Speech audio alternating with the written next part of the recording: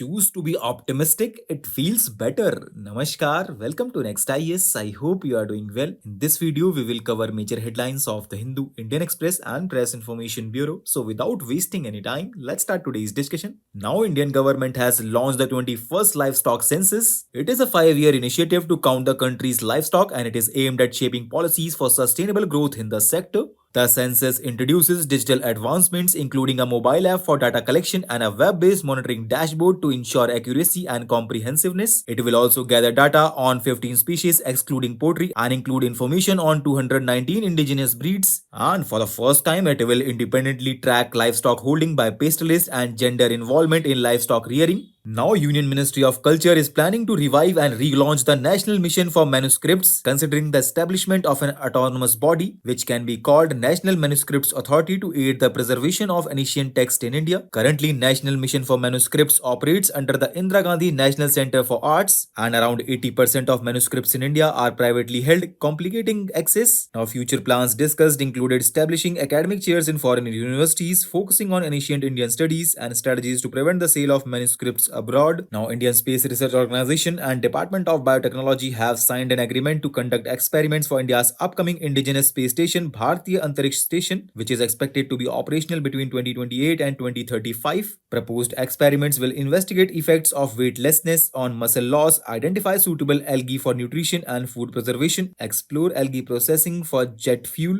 and assess radiation impact on health in space. This collaboration aligns with DBT's BioE3 initiative aimed at boosting biomanufacturing in India, targeting a $300 billion bioeconomy by 2030. Next article focuses upon MGNREGA because according to recent data, more than 80 lakh workers were removed from the Mahatma Gandhi National Rural Employment Guarantee Scheme. Tamil Nadu and Chhattisgarh experienced the highest deletion rates. This increase in deletion aligns with the government's implementation of Aadhaar-based payment system, which requires workers to link their Aadhaar to their job card and bank account. Talking about Mahatma Gandhi National Rural Employment Guarantee Scheme, it is a demand-driven wage employment program aimed at enhancing livelihood security for rural households in India. It guarantees at least 100 days of wage employment per financial year for every household with adult members willing to perform unskilled manual work. The scheme serves as safety net for rural households when better employment opportunities are unavailable. It was established under Mahatma Gandhi National Rural Employment Guarantee Act 2005 and it mandates that at least one-third of its beneficiaries be women, prioritizing their participation. Next article talks about Mudra Yojana because recently government has doubled the loan limit under the Pradhan Mantri Mudra Yojana to 20 lakh to enhance entrepreneurship in India. This change was announced by the Finance Minister Nirmala Sitharaman during the Union Budget 2024-25 and it aims to support entrepreneurs who have previously taken and successfully repaid loans under the Tarun category. Talking about Pradhan Mantri Mudra Yojana, it was launched in 2015 for providing loans up to 10 lakh to the non-corporate, non-farm, small micro enterprises. Mudra loans are offered in 3 categories, namely Shishu, Kishore and Tarun, which signifies that stage of growth or development.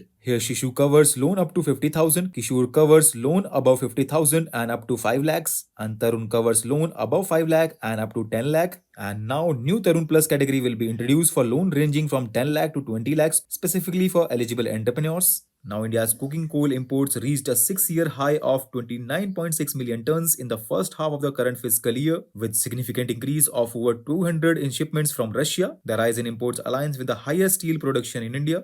And do you know friends, India remains the second largest producer of crude steel and largest importer of coking coal.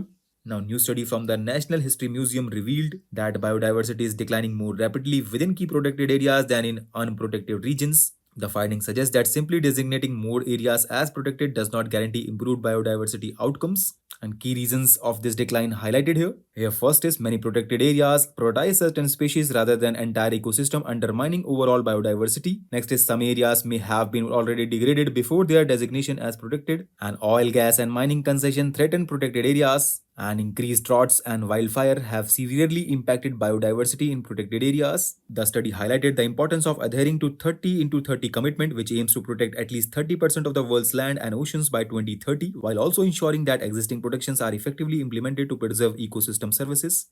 Next article talks about right to die with dignity because recently Ministry of Health and Family Welfare released draft guidelines for withdrawing life support in terminally ill patients. operationalizing the Supreme Court's 2018 and 2023 ruling on the right to die with dignity. The guidelines directed that hospital must set up primary and secondary medical boards to assess when further treatment is not beneficial for terminally ill patients. The district chief medical officer will nominate doctors to the secondary medical boards, which will review primary boards' recommendation. Guidelines emphasize shared decision making between treating team and family, ensuring ethical assessments are a routine part of medical practice without placing undue burden on doctors. Here, definition of withdrawing life-sustaining treatment involves discontinuing treatments like ventilators or feeding tubes when they do not improve patient's condition or merely prolong suffering. Talking about the Supreme Court's observations in this context, in 2011, Aruna Shanbag versus Union of India case recognized that life-sustaining treatment could legally be withheld even from persons without decision-making capacity. In 2018, that court recognized right to die with dignity as fundamental right under the Article 21 of the Constitution. And in 2023, court simplified the process for making living wills and withdrawing life-sustaining treatment by removing bureaucratic hurdles. Talking about euthanasia, euthanasia involves intentional killing for the patient's benefit, while withholding treatment is about allowing a natural process without active intervention. So with this, let's conclude today's discussion. Thanks for listening, and for regular updates, you can follow us on various social media platforms.